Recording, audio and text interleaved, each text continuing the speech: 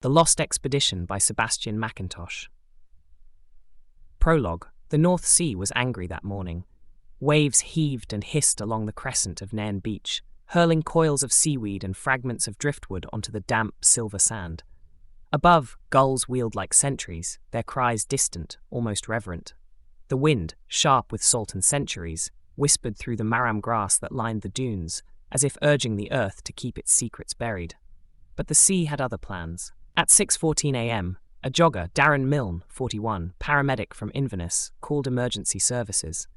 His voice, clipped with adrenaline, reported 2 bodies on the shore, about 20 feet apart, not decomposed, dressed like characters from a bloody museum. By 6:22, the scene was cordoned off. By 6:39, Detective Inspector Isla Mackenzie was on site, boots sinking into the wet sand as she approached the covered figures. Her partner, DS Lorna Dre, peeled back the tarpaulin slowly, revealing the first corpse. Male, mid-30s. Dark hair slicked back, clothes soaked but strangely intact. A high-collared wool coat, breeches, leather boots soled with brass tacks. The stitching, buttons and cut all screamed early 19th century. Not costume, not theatrical, authentic. Alarmingly so. The second body lay nearby, curled slightly, as though trying to protect something. Also male, lighter complexion. An open waistcoat exposed a fine linen shirt stained with sand and seawater. In his right hand, clenched tightly even in death, was a pocket watch, brass casing, ornate dial.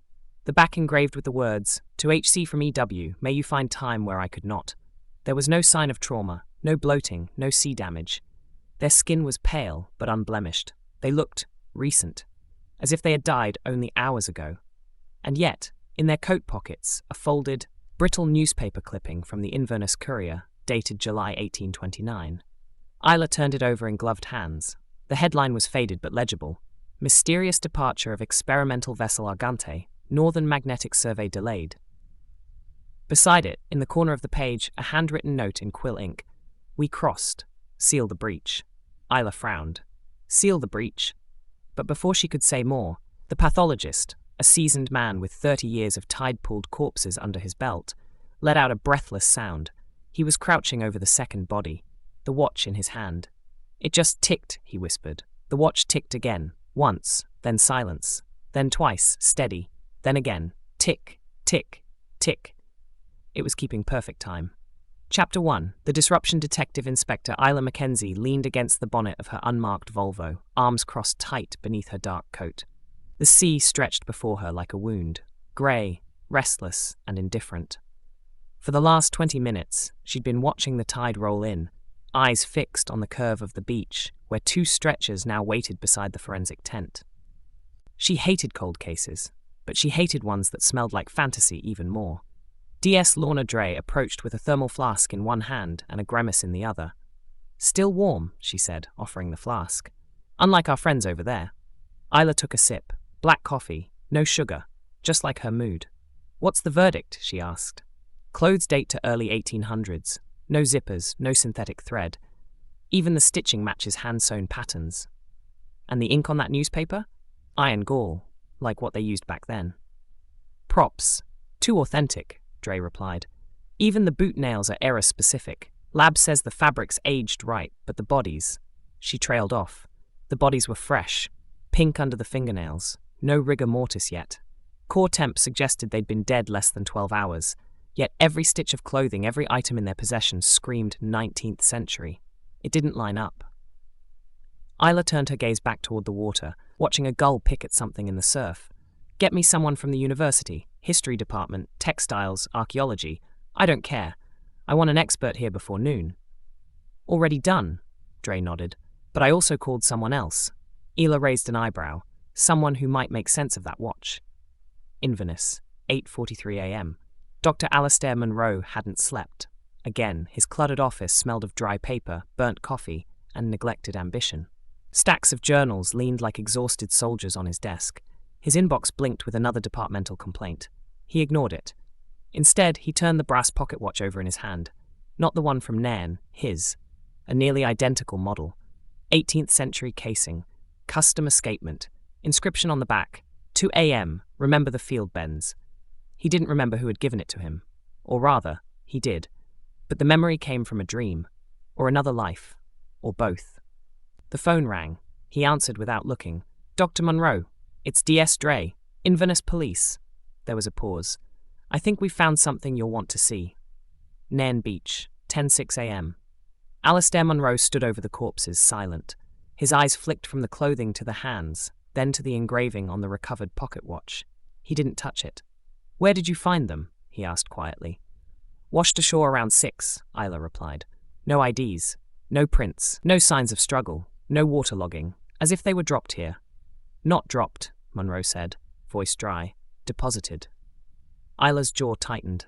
"Explain." He crouched beside the forensic table, scanning the mechanical movements of the watch through a magnifier. "This is a harmonic anchor," he said. "Sorry? It's not just a watch, it's calibrated to a frequency, a field. It uses minute mechanical deviations to attune itself to spatial irregularities. You'd need to understand Wren's resonance field theories too." "Wren?" "Elias Wren," Monroe said, standing. "An inventor, engineer, natural philosopher, obsessed with magnetic fields and time displacement." "Displacement? Yes," Monroe replied. He believed time wasn't linear, that it could be influenced, nudged. Isla exhaled sharply through her nose. "So you're telling me these men traveled here, from the past?" "No," he said. "I'm telling you they tried to travel through time, and something went wrong." Isla took a step back from the forensic table. The breeze off the water was picking up, sharp with brine and static.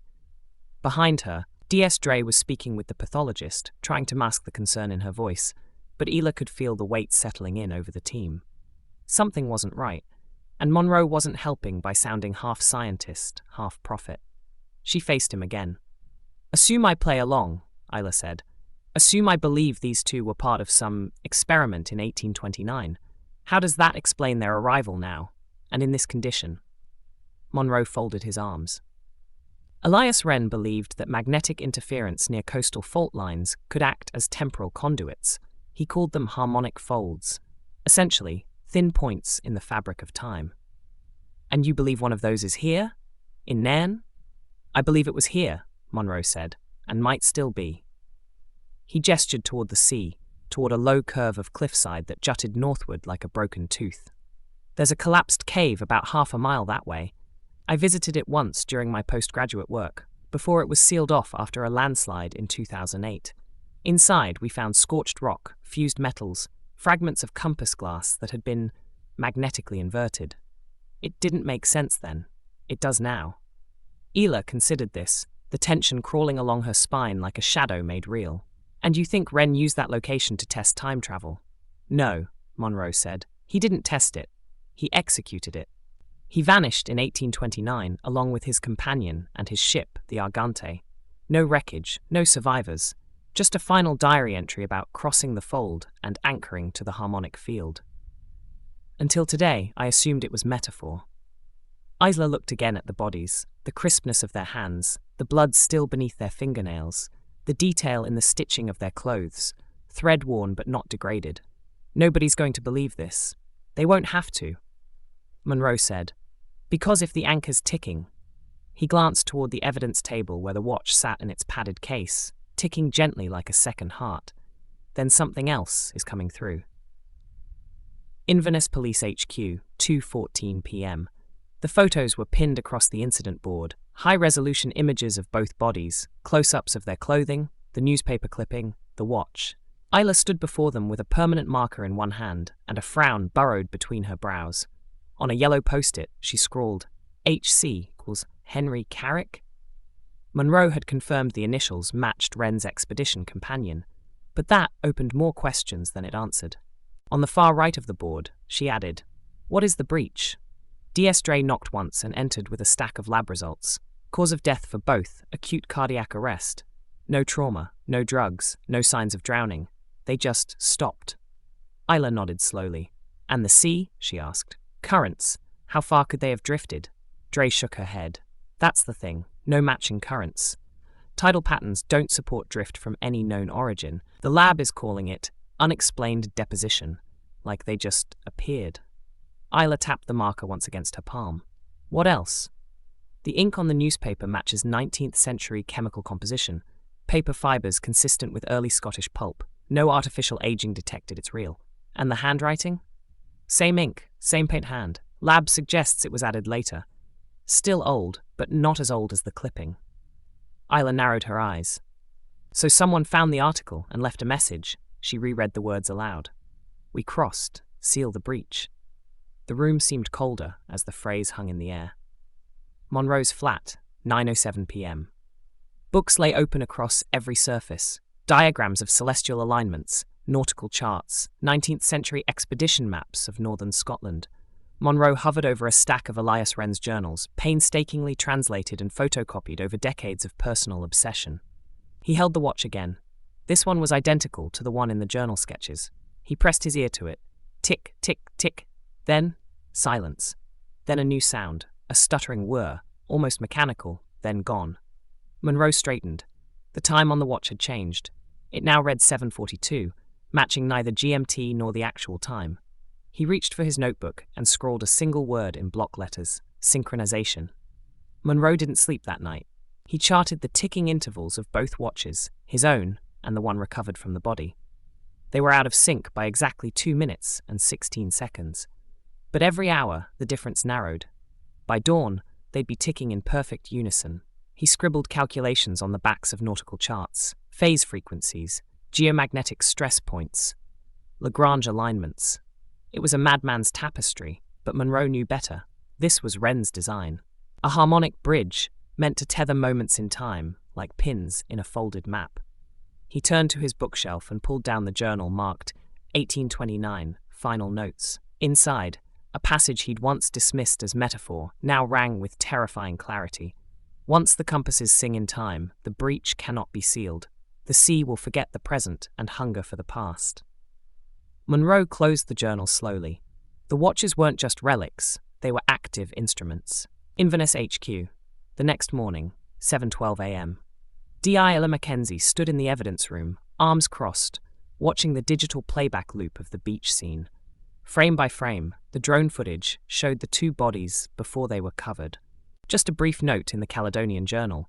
EW departs north for private studies near the Moray Firth. That was the last record. Until now. Inverness Museum Archives. Present day, 11:02 a.m. The curator, a trim woman with sharp spectacles and a voice like starched linen, peered at the journal Eilidh had handed her with a mix of reverence and suspicion. This ink is early 19th century, she murmured, turning a page with tweezers. And the paper? Yes, linen rag. No wood pulp. Consistent with 1820s craftsmanship. Where did you find this? In a sealed cave, Eilidh replied. Just off the coast. The curator gave her a long look. I'd be careful, Inspector. This may be the most significant archaeological find in the Highlands this century. Eilidh folded her arms. We're not interested in auctioning it. We're trying to stop something. Monroe stepped forward, gently placing the ticking pocket watch beside the journal. The curator froze. Is that? Her voice trailed off. It's one of Wren's, Monroe said. Still active. She blinked. Active? It's not just a watch. It's a harmonic anchor, part of a field-linking mechanism. Wren theorized that time itself could be navigated if you could stabilize both ends. These devices were his attempt to do that. He called them compasses of memory. The curator stepped back, uneasy now. That sounds dangerously close to pseudoscience. I agree, Monroe said. But the two corpses that washed ashore yesterday, clothed in authentic 1829 attire, carrying one of these devices, with fresh cause of death data and no seawater exposure, suggest something very real happened. The curator stared at the journal, and then said, There's more. She led them to a locked drawer in the museum's restricted archive. Inside, a velvet-lined box. A second pocket watch, larger, heavier, its casing adorned with constellations and etched symbols. Not just a timepiece, a map. It had arrived anonymously in 1936, with no return address. A single note included. The second is buried in the fault. The first has drifted. If found, wait until the tide returns. E. Monroe lifted the watch carefully. It wasn't ticking, but he felt the faintest vibration against his skin. Not sound. Resonance. Monroe sat cross-legged on the museum's slate floor, both watches laid out before him, like surgical instruments. The journal sat open on his lap. He traced the diagrams with a gloved finger, intricate lattices of gears and symbols overlaid with compass bearings and planetary positions. Eilidh Rennie had not simply tried to travel through time. He had attempted to tune into it. The harmonic anchors weren't vehicles, they were keys. Keys designed to lock a specific moment in space-time, to keep it open for as long as the frequency held. The diagrams in the journal depicted two anchors in sync, one at sea, one on land. The one found on the body, drifting, the one in the museum, buried in the fault. And yet, here it was, surfaced years later, dormant but intact. Monroe ran a sensor over the museum watch, his own calibrated EM meter, homemade. The needle twitched. "Still charged," he whispered. "Still active." He looked up at Eilidh. "If the two anchors realign," he said, "we may not just get echoes from 1829, we could open the breach fully." "A tunnel. To what?" she asked. He looked at her flatly. "To then." Eilidh left Monroe to his analysis and wandered back through the museum's upper floor.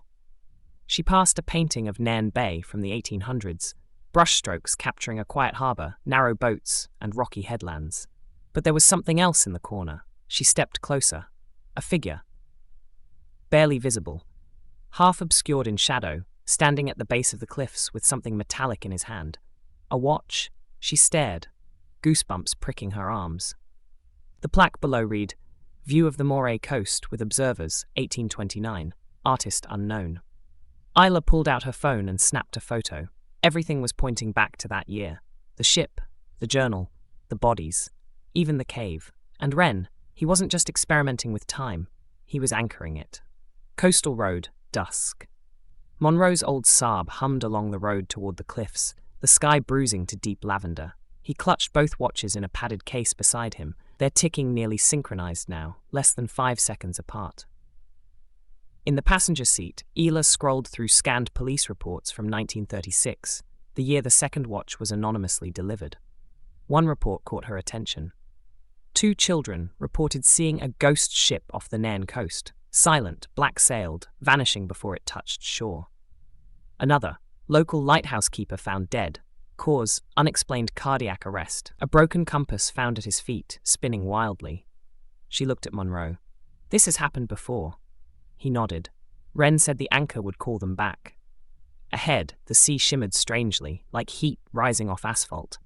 And somewhere deep below, in a rock fault, buried for nearly 2 centuries, the tide of time was turning. Low tide bared the rock shelf like exposed ribs. Spray blew sideways through a throat of wind as Eilidh, Monroe, and the museum's consulting folklorist, Eilidh Rennie, picked their way down toward the reopened cave mouth. Headlamps cut cones through mist. Behind them, DS Dre and 2 Socotechs hauled a portable field scanner the size of a tackle box. Eilidh walked with surprising balance on the slick stone. Early 30s, Highland-born, she'd grown up hearing wreck stories from her grandfather, stories about the clock ship that sailed wrong time. When Isla called, she came without hesitation. "Your journal references 2 anchors, sea and land," Eilidh said over the wind. "We've got the one that drifted, the museum piece. Maybe the land anchor?" Monroe shook his head. "I'm no longer sure it is. Look at the engraving alignment. Wrong quadrant. The museum watch might be a calibration duplicate. The real land anchor could still be in the fault." Eilidh halted. "If it's still resonant, you'll feel it before you see it." They ducked inside. The cave breathed, slow pulses of colder air pushing out, warmer air pulling in, like lungs. Condensation glittered on the walls. The stone altar where they'd recovered Rennie's journal remained undisturbed, tagged and photographed. Beyond it, a narrow fissure split downward into blackness. Monroe opened the padded case and removed both pocket watches, the recovered Carrick watch from the body and the dormant museum duplicate. He set them side by side on the stone. The recovered watch ticked steadily. The museum watch fluttered once, then began to tick, hesitant, searching, until its rhythm matched the other. The portable scanner wailed. Magnetic flux spike, localized EM surge, temperature drop of 3 degrees Celsius in under 10 seconds. Eilidh whispered, "Saints preserve us." Monroe aimed a fiberscope into the fissure. Light washed over metal, curving, gear-like, wedged in mineralized sediment. "There," he breathed. "Primary anchor housing, the real one." Rockfall had shattered its outer shell decades, no, centuries ago. Yet the inner structure remained intact, a spiral lattice of bimetallic rings around a magnetite core. Affixed to the perimeter were hand-etched calibration marks corresponding to sidereal positions dated March-July 1829. Interleaved among the brass and iron, a dull, bluish metal no one recognized. Monroe logged aloud for audio record. Composite unknown. Paramagnetic response above expected 19th century metallurgy. Alloy shows microstructural layering consistent with cold work not possible with tools of the period. Hypothesis, either later repair, or Wren worked with experimental smelting inputs undocumented. Bottom line? Wren built something he shouldn't have been able to build, and it's still running. The air shifted. Far out beyond the cave, the surf muted, as if buried under snow. A thin reverb filled the chamber, metallic, cyclic, almost like dozens of watch escapements phasing in and out of sync. Then, voices, muffled, laic, English, shouts, laughter, a fragment of hymn. Eilidh stiffened and angled her head, listening hard. They're saying, Duin and toll. Shut the hole, close the breach, she said. Same phrasing that shows up in the 1843 oral record from Nairn Parish. They thought the devil lived in the tide caves that echoed futures. Nobody believed them. The phrase hung in the stone like fog. Monroe repositioned the watches. As the two ticked across a synchronized second, the fissure flared pale green. Ionization? Revealing a strobing afterimage beyond the rock, a deck rail, oil lamps, men in oilskins hauling rope. One turned, face whipped in wind, and for a split instant, Isla saw him see her. Then darkness. The scanner flatlined, rebooted, and spat corrupted timestamps. 1829, 2025. Eilidh crossed herself. That was a vessel, Monroe. The Argante. Pack it, Isla ordered. We lift what we can, log everything, and secure the site. Nobody outside this team knows until we understand the risk. If that fissure opens, I don't want a tourist walking into the 19th century. Or something from the 19th walking out. Back topside, under a bruised twilight, Isla watched the tide climb the rocks and swallow the cave mouth again. She held the museum watch in one palm, the recovered Carrick watch in the other, both now silent. Yet she could feel the beat of them in her wrist bones, like phantom pulses. Eilidh joined her. You'll want to trace the paper trail, she said. Shipping registries, customs filings, the Inverness Courier print run that ran the Argante notice, and if that handwritten note, seal the breach, is on the same fibre stock as the clipping, I know where the ledger might be. Where? Nairn Parish records. They archived emergency bounty payments after major storms. 1830 ledgers mention recovery of scientific instruments washed ashore. The name Carrick appears, crossed out. Carrick, H.C. Isla slid the clipping from its evidence sleeve and read the faded lines again in the failing light. Mysterious departure of experimental vessel Argante, Northern Magnetic Survey delayed. Underneath, in darker ink, later hand, we crossed, seal the breach. She looked toward the darkening sea. Tomorrow, she said, we start with the clipping. Chapter 3, the 1829 clipping. The archives at Nairn Parish Council smelled of mildew, dust, and lemon polish. The kind of place where time didn't just linger, it slept, wrapped in curled parchment and wax-sealed envelopes. Isla Mackenzie had been in murder rooms that felt more comfortable. The building's caretaker, a stooped man named Malcolm Grant, led her and Eilidh through narrow aisles lined with wooden drawers and high-mounted ledgers. It'll be in the 1820s bounty rolls, he said, wheezing faintly. Storms brought wreckage ashore most every season back then. Parish had to reimburse the finders. Men didn't drag up scientific kit for free, you know. Eilidh trailed a finger across the labels. Here, March 1830. They pulled the drawer open and eased out the logbook. Its pages were brown-edged but legible, the ink faded but careful. Isla scanned the entries. 2 nets destroyed, force. 1 compass, water-damaged, no maker mark, 2s. Then, iron box with glass coils, brass circle, item surrendered to excise office. Finder paid 15s.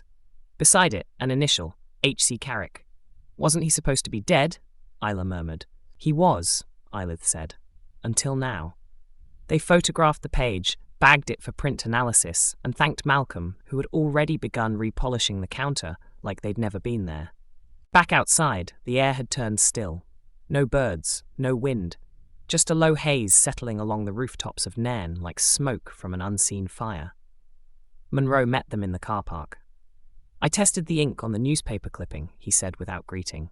The note, "We crossed, seal the breach," was written with the same iron gall mixture as the main article, but it's chemically fresher, different humidity exposure.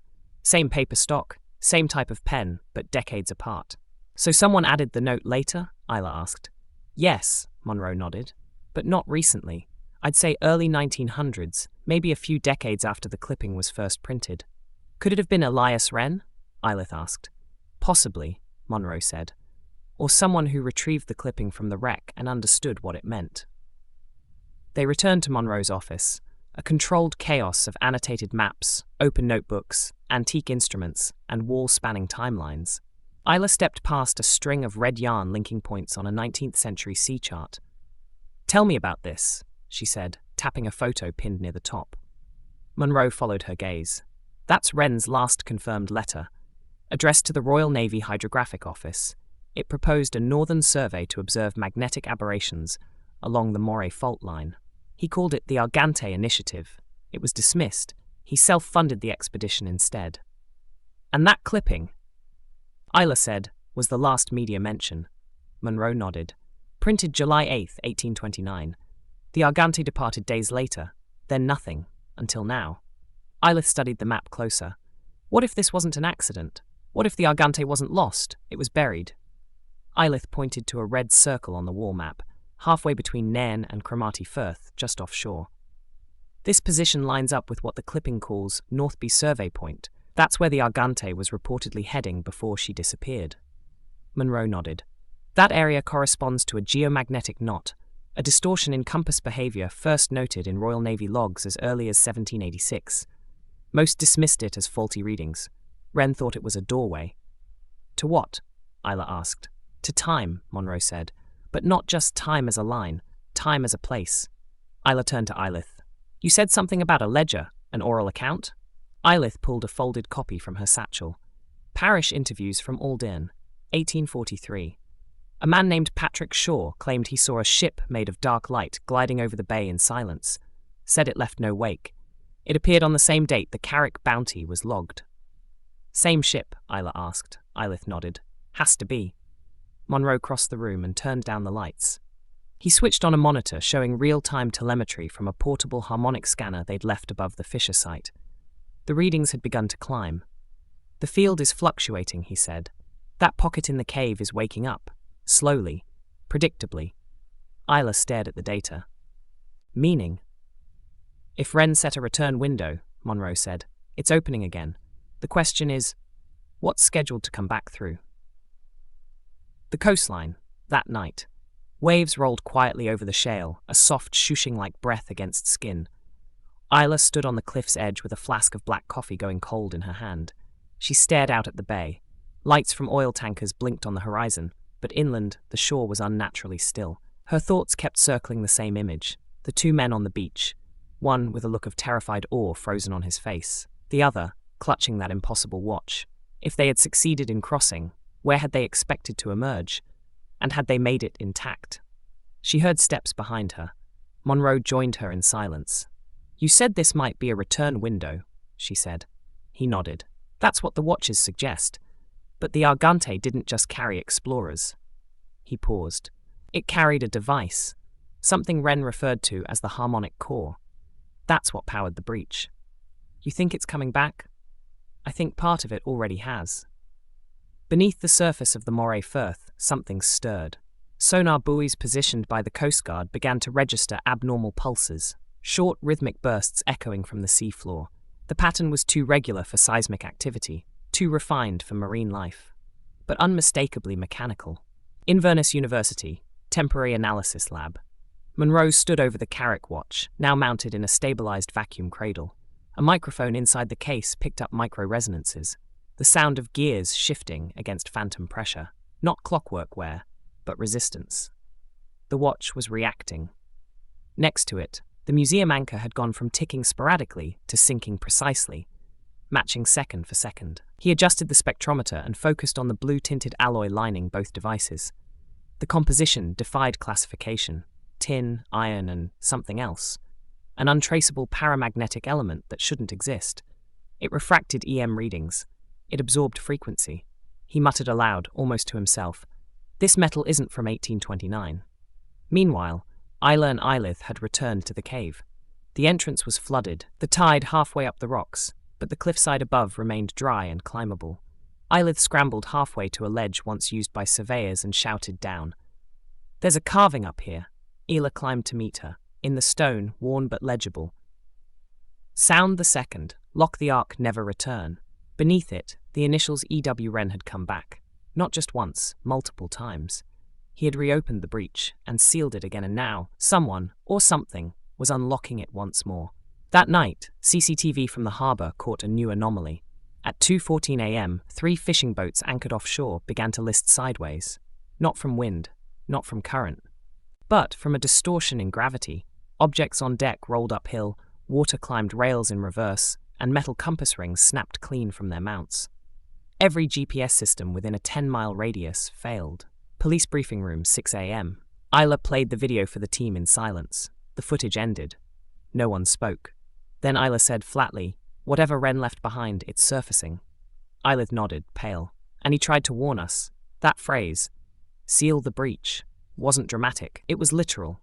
Monroe entered with fresh telemetry. The field cycle completes in 48 hours. If the anchor phases fully, the harmonic core could manifest anywhere within a 6-mile radius. "Manifest what?" Eilidh asked. He looked up slowly. "Then," he said, "a fragment of 1829. Chapter 4. The Cave and the Storm. The storm arrived ahead of schedule. The Met Office had predicted light rain and moderate winds along the Moray Firth. What slammed into the coast that evening was something else. Violent, sudden, and without precedent.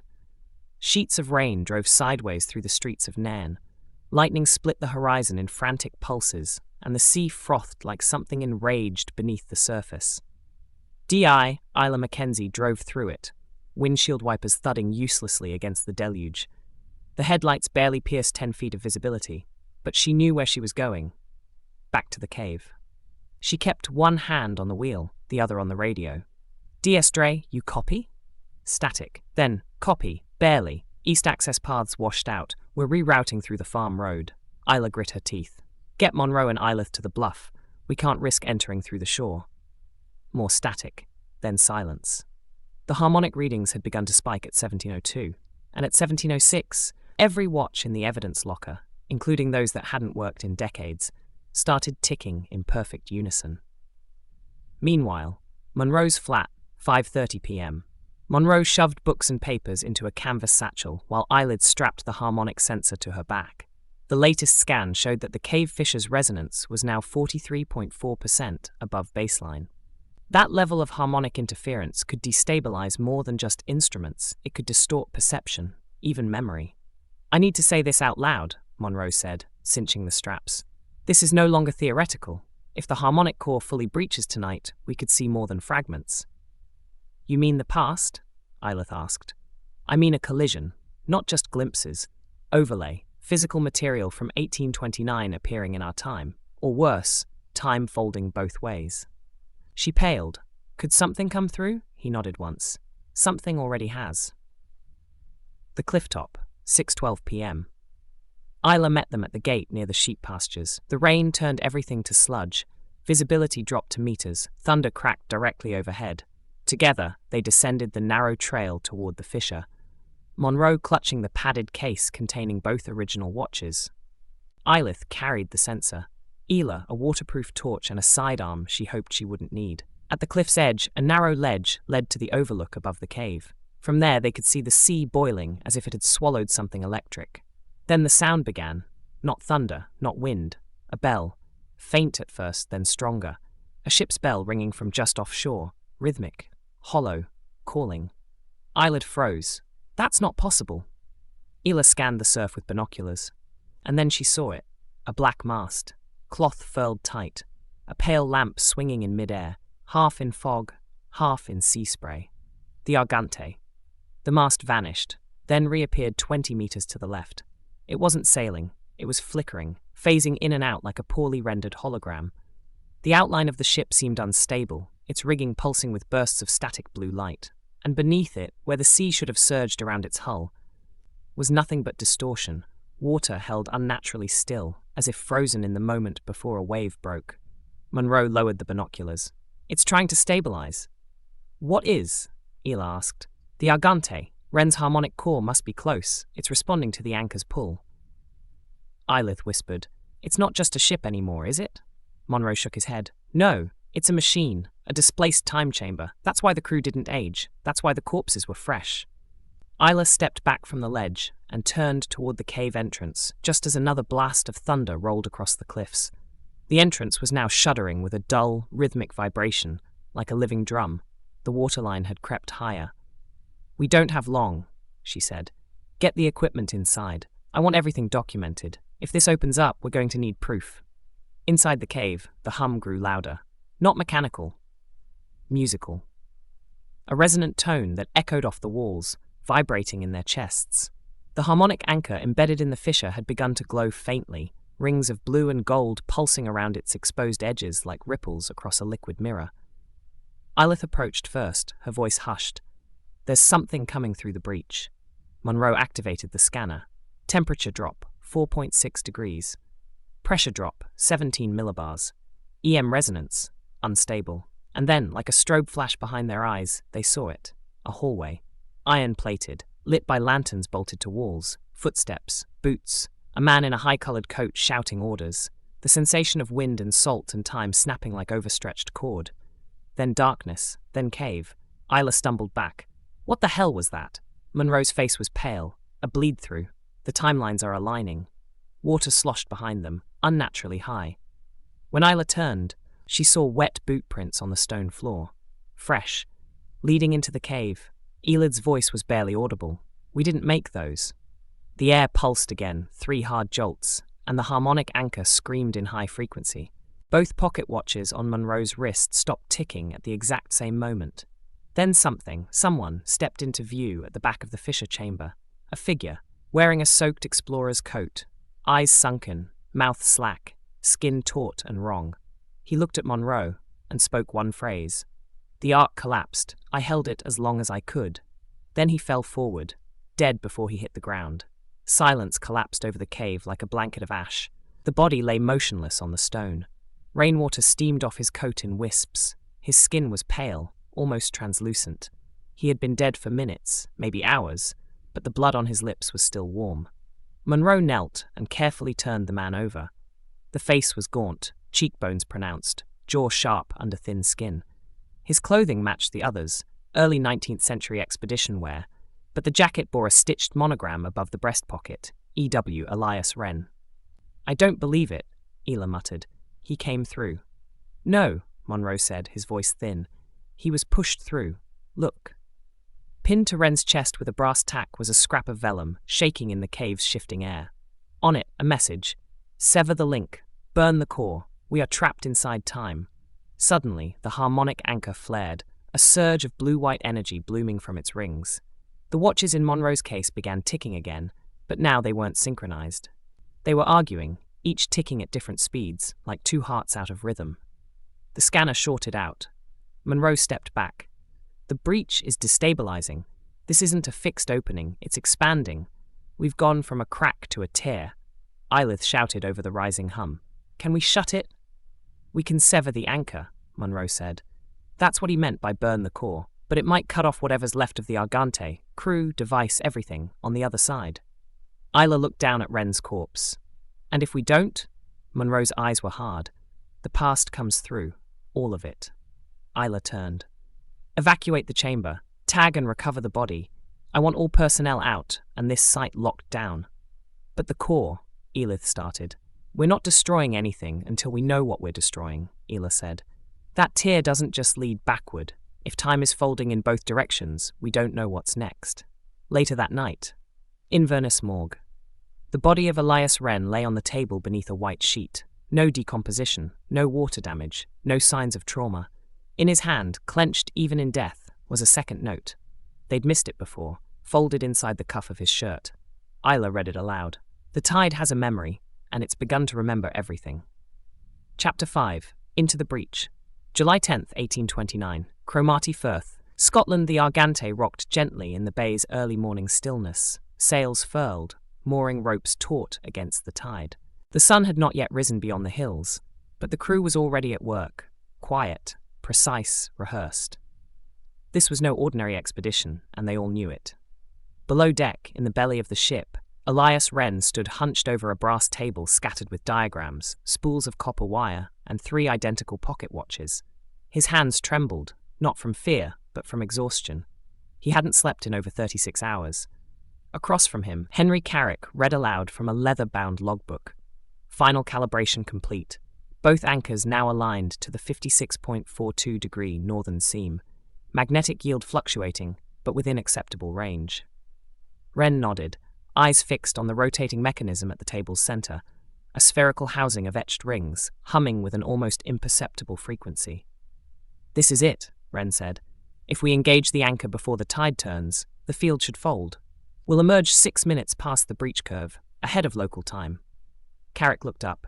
"And if the harmonics drift?" "We return," Rennie said. "Or we're unmoored, trapped in a non-local temporal echo. But either way, we make history." Carrick gave a dry smile. "Or become ghosts." Eilidh Rennie had never believed in ghosts, but he did believe in echoes. Since the age of 16, he had felt them, moments repeating in strange symmetry, déjà vu that lasted entire conversations. Once, on the Isle of Lewis, he had watched a bird fall from the sky, only to rise again in reverse motion for 3 full seconds before dropping a second time. No one else saw it. Since then, he had been obsessed. Carrick handed him a quill. "Sign the log. This becomes your final entry unless we succeed." Rennie hesitated. July 10th, 1829. The Argante is prepared for harmonic displacement. Our destination, fold line 5642, 3EE. We will attempt controlled transition at 7:19 a.m. If recovered, seal the breach. He set the pen down. "The others?" he asked. Carrick answered, "Below deck, standing by." Rennie retrieved one of the pocket watches and placed it inside a circular cavity of the core housing. The other 2 were stored in lead-lined cases, one to remain on the ship, the second buried in a coastal marker stone near Nairn. "One for the ship," he murmured. "One for the land, one for the bridge." The ship's bell rang once. It was time. As Rennie climbed to the deck, the morning mist parted. The sea had gone unnaturally calm, a glass sheet reflecting sky like a perfect mirror. He turned to Carrick. "Ready?" Carrick took a breath. "No." Then he smiled grimly. "But let's do it anyway." July 10th, 1829, to 7:16 a.m. Aboard the Argante, wind fell still. The crew, 8 in total, all hand-picked by Rennie and Carrick, stood frozen, eyes locked on the strange device bolted to the main deck. The harmonic core, now fully assembled, pulsed with a faint light between its rotating rings. The resonance had intensified, audible now, a low, wavering tone like a tuning fork buried in the bones. Eilidh Rennie stood beside the device, one hand resting lightly on its copper outer casing. His pocket watch ticked in rhythm with the core, so did Carrick's. And the ship's magnetic compass? Spinning, endlessly. "Positions," Rennie called. The men moved without question. Carrick crouched by the junction box, checking the binding coils. Sparks jumped between copper spokes, and the smell of ionized air filled the deck. A line of salt crust formed along the railing where seawater had recently splashed, now evaporated in a localized heat bloom. Rennie opened a brass chamber on the core's underside and inserted the 3rd pocket watch. It slid into place with a click. The device whined. Carrick called out readings. Magnetic yield holding. Temporal offset, -2 minutes, and climbing. The world trembled. Rennie raised his voice over the rising hum. "Once the core enters harmonic flux, we'll cross the threshold. Stay inside the perimeter." 7:19 a.m. The Argante vanished from view. Not with a flash or explosion, but a quiet ripple. From the shoreline, any distant observer would have seen the ship blur at the edges and then fold in on itself like a mirage collapsing. The water remained still. The wake ceased. Time, for a moment, forgot to move. Nowhere, or everywhere. The ship groaned. Light bled through the seams of the deck. Unreal colors, impossibly slow. The sky above warped to a violet haze, fractured by arcs of electricity that didn't quite touch the mast. Rennie gripped the railing. The harmonic core screamed, its rings spinning faster than physically possible. Carrick shouted, "Trajectory slipping, field collapsing." "No," Rennie roared. "Reinforce the outer casing, anchor to the pulse." But it was too late. A sudden shockwave burst outward from the core. The casing split. The anchoring watch ejected violently. spinning across the deck and striking Carrick in the chest. He staggered, then disappeared. Gone. No scream, no blood, just gone. "Henry!" Wren shouted, stumbling toward the spot where his friend had stood. But there was only mist, and beyond it, something else. Figures. Dozens of them. Blurred men in modern coats, lights, machines, sounds. Wren didn't understand. He glimpsed a camera, a woman in a high-vis vest, a police drone.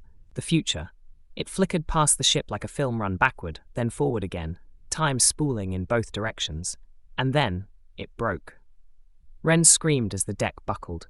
The core's base melted into the wood, rings shuddering wildly. The air burned, his skin blistered, his mind fractured. His last thought before the darkness took him was not of science or legacy, it was of Carrick. "I sent him too far." Wren woke to damp stone beneath his cheek. The sound of water dripping nearby. Darkness, but not the darkness of a ship's hold or the cold silence of the sea. This was different. The air smelled of metal and ozone, and something stranger? Soap? Disinfectant? He opened his eyes. The cave was dimly lit by a single portable LED lantern left behind by the forensics team. Shadows danced across mineral walls. Wren groaned, tried to rise, but pain lanced through his chest like shattered glass. He collapsed again, coughing blood into the dust. "Carrick," he whispered. "Henry." No reply. He looked down. His coat was torn. The sleeve bore a stitched patch, still intact. Inside it, his final message remained folded. He coughed again, then reached for the anchor embedded in the rock nearby. The harmonic core, its fragments, long since fused to the stone, pulsed softly, sensing him. It recognized its maker, and for a few moments it stabilized the breach. Enough for him to see. He saw two women standing on the cave ledge, one in a modern parka, the other holding a device that glowed green in the dark. They didn't look like ghosts. They looked like future. Wren tried to call out, but all that escaped was a breath, a whisper. Sever the link, burn the core. Then everything slipped sideways again. He was falling backward, through light and shadow. And then, nothing. Inverness Morgue, present day. Pathologist Fiona White stood over the autopsy table, dictating into her recorder. Subject appears male, Caucasian, estimated age 35 to 40, no external trauma. Cause of death, cardiac arrest. Noteworthy, subject displays no bloating, no livor mortis. Estimated time of death, uncertain. Unique features include early 19th century clothing in pristine condition and a handwritten note sewn into jacket lining. She paused, then read it aloud. "We are trapped inside time. Sever the link. Burn the core." She lowered the paper, glancing toward the steel drawer where the first two bodies had been stored, then back to Wren's lifeless face. "Mark as high-priority anomaly. Notify Isla Mackenzie immediately." Far from the morgue, in Monroe's flat, two pocket watches ticked out of sync, just once, then again, together, then again, faster, and then they stopped. Chapter 6, The Return Effect. The breach didn't open with fanfare. There was no lightning tearing the sky, no grand rift in space, just small, wrong things, stacking quietly across the edges of reality. It began with the clocks. Royal Bank of Scotland, Inverness Branch, 9:14 a.m. The teller's wall clock ticked backward. Not a glitch, not a power surge. The second hand reversed, tick by deliberate tick, for 12 full seconds before snapping forward again. None of the staff noticed, until all the computer terminals crashed at once. Timestamp errors. All system logs scrambled. Date, July 11, 1829. A rural petrol station near Alden. Security footage from 3:21 a.m. showed a hooded figure entering the shop, walking past the camera, then appearing again on the opposite side of the screen. Twice. Perfect mirror movement. Same gait, same head tilt, same boot scuff on the floor mat. Police reviewed the footage 5 times. The timestamp read, Loop 4031441. At 10:03 a.m., a satellite relay over the Moray Firth began transmitting a distress ping from itself, specifically from its backup memory, a burst of data repeating the same phrase in Morse code. We returned. Inverness HQ, briefing room. Isla Mackenzie stood before a dry erase board crowded with maps, time anomalies, and post-mortem reports. Monroe sat nearby, scrolling through harmonic field data. Eilidh paced slowly, reading Wren's journal for the 6th time. We have 3 separate indicators that the breach is widening, Isla said, pointing to the satellite ping, the CCTV footage, and a photo of a shattered 19th century compass discovered inside a functioning Tesla glove box near Nairn. Each event is getting closer. Closer to what? She asked. Monroe didn't look up. To the fold point, he said. He rose and tapped a map layered with overlapping topographical scans and harmonic field fluctuations. This zone right here, 6.2 miles across, is the convergence field. The breach didn't just let something through. It created a temporal pull zone. Think of it like gravity, but for time. Anything caught too close will start to slip. Slip how? Dre asked from the corner. Monroe turned. Memories won't line up. Identities will fracture. People may forget what year they're in. Or worse, remember things that haven't happened yet. Time's fighting to stay cohesive, but the more we observe it, the more it observes us. Inverness HQ, 12:32 p.m. Eilidh stood in front of the mirror in the station washroom, staring at her own reflection as if it belonged to someone else. Her hands were shaking, not from cold, from familiarity. She didn't recognize the ring on her left hand, a plain silver band, scuffed around the edges, but it fit perfectly. Too perfectly. She wasn't married. Was she? She checked her phone. No recent calls. No photos of anyone who looked like a partner. And yet, when she touched the band, a name surfaced in her mind like a bruise rising to the skin. Nathan. We married in 2017. No, 2023. No, we haven't yet, have we? She stumbled back from the sink. She turned off the light, turned it back on. In the mirror, for just a split second, she was wearing a 19th century corseted blouse beneath her coat. Something high-collared, laced, damp, gone again. Briefing room. Minutes later, Isla turned as Eilidh entered, pale and silent. Monroe noticed too. Are you all right? Eilidh didn't answer. She sat down slowly, holding her hands in her lap. The breach is affecting memory, Monroe said. Even identity. It's not just letting the past through, it's mixing timelines. People on the edges of the convergence field are beginning to carry traits, objects, even lives they haven't lived yet. Isla looked at Eilidh. What did you see? She hesitated. Then, a ring. She placed it on the table. It had weight, warmth, and an engraving on the inside. E.R.H.C. Carrick, Henry Carrick. Eilidh. Monroe leaned forward. You might be more connected to this than we thought. At that moment, the station lights flickered. All the wall clocks froze at 12:44. In the evidence locker, both recovered pocket watches began ticking again, in reverse. Monroe stared at the engraving inside the ring. ERHC. It wasn't just a monogram. It was a union, a marker of two individuals bound together. He looked at Eilidh, still pale, hands twitching faintly, and the pieces began to fall into place. What if you're not just connected by chance? He asked. What if you're descended from him, from Carrick? She blinked. That's not possible. There's no record of. There wouldn't be, Isla cut in. If Carrick crossed into this time even briefly, his presence would have been suppressed. Officially, he died in 1829. But if he slipped through and lived, even for days, he could have left a trace, a child, a bloodline. Eilidh looked down at the ring again. I've never seen this before, but it feels like it was always mine. Monroe's office, later that evening. The genealogical records arrived via encrypted PDF from Edinburgh's historical archives. Wren's family line ended in 1829. No spouse, no heirs. Carrick, on the other hand, had a surviving sister, Maeve Carrick, who mysteriously vanished from the records just after 1830. No death certificate, just a new name that appeared 1 year later on the parish register for Nairn, Eilidh Rennie. Eilidh's great-great-grandmother. You carry the blood of a man who crossed time, Monroe said. That's why you're being affected first. Eilidh sat motionless. Then I'm a what? A temporal echo? No, he said. You're a tether, a human anchor. Isla narrowed her eyes. Which means, Monroe straightened, if we sever the breach, she might be pulled with it. The harmonic field scanner beeped twice. Anomalous activity, confirmed. Coordinates 56.42 degrees just offshore. The original fold point. Monroe looked up at Isla. It's happening again. The Argante's returning, this time fully. Isla stood. Then we meet it there.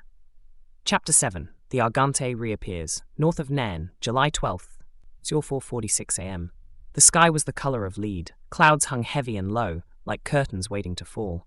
The sea beyond the cliffline looked wrong. Not stormy, not calm, just still, as if the tide itself was holding its breath. On the bluff overlooking the water, Eilidh, Monroe, Eilidh, and DS Dre stood in silence. They'd brought no backup, no broadcast equipment, no official witnesses. Just a tracker tuned to the core's frequency and 2 pocket watches ticking in uneasy harmony. Eilidh clutched the original Carrack watch in both hands. It pulsed with a soft blue light. "Any movement?" Eilidh asked. Monroe checked the scanner. "Field resonance has stabilized. We're right on the edge of the breach." He paused. "And something's coming through." The fog thickened over the water, then parted. A mast. Just one, at first. Blackened, rigid, rising through the mist like a grave marker. Then more. Rigging. Deck rails. The dark hull of a 19th century ship that had no business still existing. The Argante. It hovered, not on the water, but in it, halfway submerged, like time hadn't yet decided where it belonged. Lights flickered along the rail. Lanterns that hadn't burned in nearly 2 centuries sputtered into life. No crew, no sound, just the ship and the low, endless toll of its bell. Eilidh took a slow step forward. She felt it deep in her chest. A pulse, not her own, like the ship itself recognized her, or remembered her. "I know this place," she said. Eilidh didn't speak. Dre raised binoculars. No signs of movement aboard, no distress flag, but, Jesus, it's real. Monroe approached the cliff edge with deliberate care. If the ship's returned, then the core is still intact. "Inside?" Eilidh asked. Monroe nodded. "We need to board. Now. Before the breach destabilizes again." Isla looked from him to Eilidh. "We'll go." They reached the ship by a small inflatable craft launched from a private marina just south of the breach zone. The fog thickened the closer they got, curling in the boat's wake like fingers.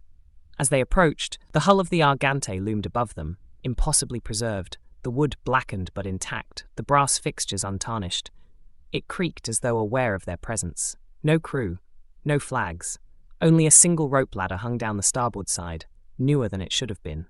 Monroe climbed first. Then Eilidh. Then Eilidh, the Carrack watch tucked into her coat like a compass heart. The deck was slick with condensation. Lanterns flickered in their wrought iron mounts, though no oil could be seen in their basins. Every sound was dulled, as if they weren't quite in the present anymore. The ship groaned softly beneath them, not from the sea, but from something deeper. "Time fatigue," Eilidh whispered. "It's like it's stuck between seconds." They moved aft toward the main cabin. Monroe placed one hand on the railing, then pulled it back sharply. "Warm. Sunlight?" Eilidh asked. "No," Monroe said. "Resonance heat." Inside the cabin, dust lay untouched across the navigator's table. Charts were pinned in place with brass weights, bearing hand-inked notations in Wren's distinct script. One corner of the map had been torn away. On the exposed timber beneath, someone had scratched a single line. "The field does not end, it bends." Beside it, a brass-bound chest lay partially open. Eilidh knelt and lifted the lid. Inside, a second harmonic core, smaller than the first, still intact, still pulsing.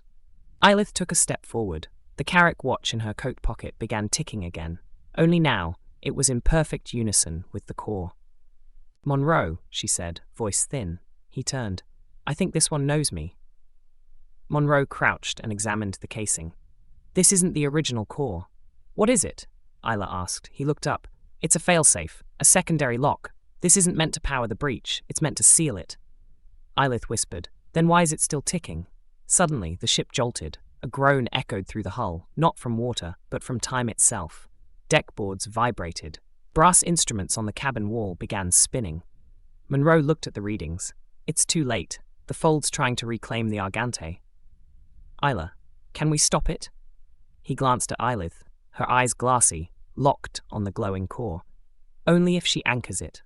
The harmonic core pulsed stronger now. Every ring vibrated with invisible tension, like a tuning fork humming inside Eilidh's skull. The ticking of the Carrack watch in her pocket matched it perfectly, as if they were old friends reuniting after centuries. She stepped forward. The glow from the core brightened in response. Eilidh reached for her shoulder. "You don't have to do this." Eilidh didn't move. "I think I already did." "What does that mean?" Monroe answered instead. "She's part of the loop, a living tether, descended from the breach itself. Her presence was always part of the equation. That's why the watchers work with her. That's why the ship came back now." Eilidh opened her coat and took out the Carrack watch. It ticked twice, then fell silent. She placed it into the secondary core's cavity. The entire Argante shifted beneath their feet, wood creaking, air folding, pressure changing. Outside the cabin window, the sea warped, white caps slowed mid-crest. Gulls hung frozen in mid-flight. The world stopped spinning. The core spun once, then locked. A sound like a breath held, then exhaled, then silence. Monroe's scanner flatlined. No resonance, he said. It's done. The fold was sealed. Time corrected. The breach was closed. Eilidh opened her eyes. She was alone in the cabin. No Isla, no Monroe, no Argante, only white mist. Then, a voice behind her. You sealed it. She turned. Henry Carrick stood in the mist, younger than she remembered from the photo, his face lined but kind. She felt her throat close. You came through, he nodded once. You brought us home. Then he stepped backward into the light. And was gone.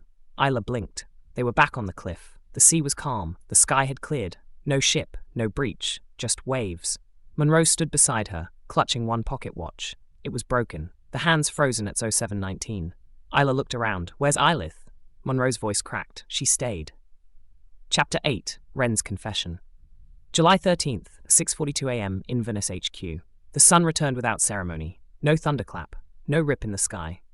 Just a thin morning light slipping through the blinds of the evidence room, as DE Isla Mackenzie stared at the small brass watch on the table, once warm, once ticking, now silent forever.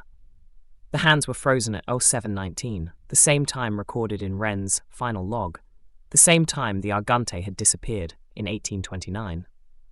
The breach was closed, but Eilidh was gone. Monroe stood across from her, pale, hollow-eyed, still dusted with sea salt and disbelief. She knew what she was doing, he said. Eilidh didn't respond. She wasn't sure if she agreed, or if she just didn't want to argue with reality. Instead, she pointed to the table. What is that? Monroe turned the broken watch over. Inside the back casing, etched in minuscule copperplate script, was something he hadn't noticed before. A folded piece of parchment, sealed with wax. The stamp, a stylized W inside a compass rose. Eilidh Rennie's personal seal. Monroe cracked the wax and unfolded the brittle parchment. The writing was hurried, jagged. He read aloud. To the finder of this anchor, know that I never meant to break the world. The breach was only meant to observe, but we touched the past too deeply, and it clung to us. Carrick crossed first, not by design. The arc buckled, the Argante drifted. If you are reading this, then one of us made it through. Perhaps both, perhaps neither. But if the anchor still responds, you are standing on the edge of a fold that must be sealed. If it reopens, there will be more. Not ships, not men, but time itself, raw and without tether. You must not let it through. Burn the core, bury the watches, and tell the world nothing. History must forget us. Eilidh Rennie. Isla closed her eyes. We didn't bury it. No, Monroe said. We lived it. She picked up the watch and held it to her ear. No sound, but in her mind she could still hear Eilidh's voice. You don't have to do this. I think I already did. July 13th, 1911, Monroe's flat. Monroe sat in the dark, bathed in the blue glow of harmonic field telemetry data on his screen. The breach had sealed. The core had gone dormant. Eilidh was gone. But the numbers didn't lie.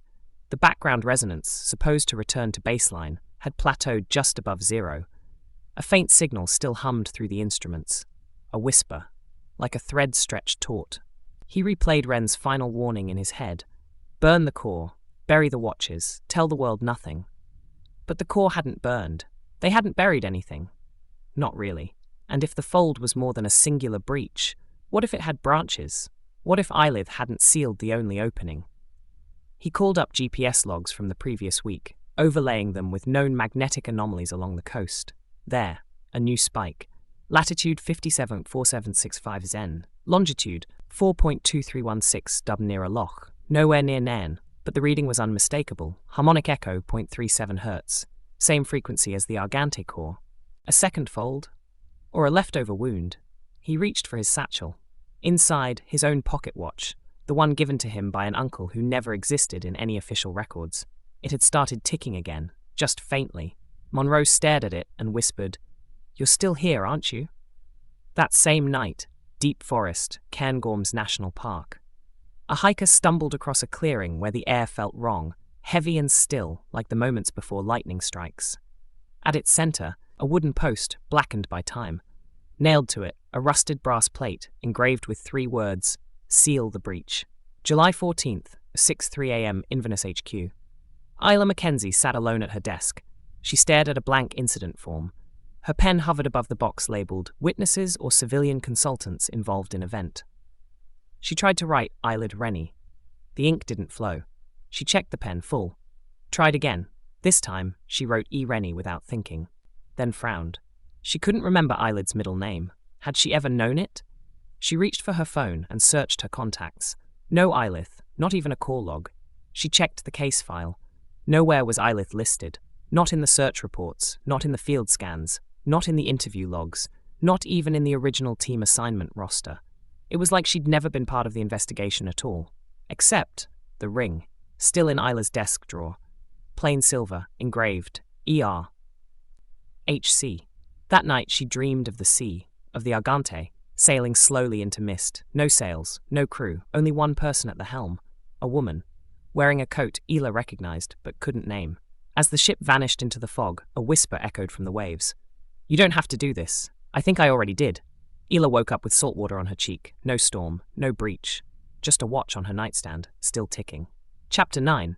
Closing the Veil. July 15th. 4:07 a.m. Cairngorms National Park. The trees whispered. Not with wind, but with presence, like something ancient had passed through them hours before, and the forest hadn't finished recovering. Isla Mackenzie ducked under a low pine branch, boots heavy with mud, flashlight cutting through a pale mist that had refused to lift since midnight. Monroe followed close behind, his pack thudding softly against his back with every step. "Signal's still steady," he said. "Harmonic echo holding at 0.3. "Same frequency as the Argante core," Isla replied. "You think this is another breach?" "I think it's a scar," Monroe said. "Not wide enough to bring something through, but deep enough to bleed." They crested a ridge, below them, a clearing, undisturbed, no trail in, no signs of footfall. Only a single post burned black and half swallowed by the earth, a rusted brass plate nailed to the wood. "Seal the breach." Isla approached, heart thudding. "It's the same phrase," she said. "Wren's warning." Monroe knelt at the base of the post, dug into the soil with his gloved hands. After 5 inches, he struck something hard. A lockbox. He pulled it free and popped the latches. Inside, a third watch. Unlike the others, this one wasn't ticking. It was vibrating. Slow, measured, like the beat of a distant heart. "It's active," Monroe breathed, "but it's not calibrated. It's waiting." "For what?" Isla asked. Monroe looked up. "For someone to claim it." Isla stepped back. "Eilidh." "She was the tether," Monroe said. "That means someone else. Has to be the lock." The forest stood still. The air around the lockbox was warmer than the surrounding clearing, the kind of heat that came not from sun or fire, but friction. A low-frequency hum built around them like the hush before a landslide. Monroe held the third watch in his palm. The vibration intensified with his touch. He felt it down to the marrow. Isla paced the edge of the glade. "No one knows this is here. No one should know. Why bury it in a place like this?" "Because it was never meant to be found," Monroe replied. "This isn't an anchor." He turned the watch over and pointed to the casing, a different engraving than the others. "Final seal. Do not return." "This is the lock," Monroe said. "The permanent one. Not harmonic. Not magnetic. Biological." Isla stared at him. "Biological? It needs a tether," he said quietly. "A living connection. One who's touched the fold, one who's crossed its path." Her breath caught. "You're not saying—" "Yes," Monroe said. "Whoever activates this watch becomes the lock. No more echoes. No more anomalies. The field collapses back in on itself." "Eilidh was the tether," Isla said. "And I," Monroe whispered, "am the key." Isla's voice cracked. "You've seen the future. That flash, that moment, the Argante, the breach. You felt it more than any of us." "That's why I have to do it," he said. He pressed the watch into her hand. "Take it, and when I say go, close it." She shook her head. "You don't have to do this." He smiled, the same tired smile Wren wore in the last journal sketch. "I think I already did." The clearing shuddered. Somewhere in the trees a flock of birds erupted without sound. The ground beneath them pulsed. The air split, not with light, but with memory. Monroe stepped into the center of the glade, palms open. The watch ticked once, then twice. Isla watched as his image blurred slightly, edges warping like heat through glass. He was still there, but also not. A moment before the fold. a man caught in both centuries. "Now," he said. Isla snapped the watch closed. The sound echoed louder than thunder. The clearing vanished in white. The clearing was empty. No birds, no hum, no shimmer in the air, just trees swaying gently under a grey morning sky, the faint scent of pine and damp soil rising with the light. Eilidh stood alone, her hands still gripped the now-closed pocket watch. Its weight had changed, heavier, cold. The lockbox lay open at her feet. Inside, the brass had gone dull, the interior fabric scorched black around the indentation where the watch had once rested. It was sealed now, truly, and Monroe was gone. 2 days later, Inverness HQ. No one asked where Monroe had gone. His office was cleared without ceremony, his ID badge left deactivated on Isla's desk. When asked, Isla simply said, "Transferred to civilian research." It was true, in a way. The breach was closed. The Argante was gone. No more time echoes, no more ghosts in the field. But the ring in Isla's drawer, ERHC, remained. She couldn't remember who gave it to her, but she couldn't throw it away. That night, she walked the beach. Low tide exposed a strip of rock she'd never noticed before, dotted with iron bolts embedded deep into the stone, rusted but deliberately spaced. She crouched and touched one, a pulse, then nothing. In the dark, she pulled out the third watch. It no longer ticked, but she wore it anyway. Epilogue. August 1st, 08:44 a.m. National Library of Scotland, Edinburgh. A brown envelope arrived by ordinary post. No return address, no stamp. Just a wax seal bearing a compass rose and the initials EW. Inside, a single page, handwritten on aged paper. It had been addressed to the watchkeeper, whoever still remembers. The letter read, "If you are reading this, the veil has closed, the fold has been sealed. Good. That means time is trying to forget us. Let it. I once believed time was a river, something to be studied, mapped, even diverted. But time is not a river. It is a mirror. It gives back what we send into it, only warped by distance, memory, and consequence. We tried to step across that mirror, and we cracked it. There will be others who try. Curiosity is our inheritance, but so is regret. Let the past sleep, bury the watches, burn the maps, and if the sea whispers to you, turn away. You do not want what it remembers."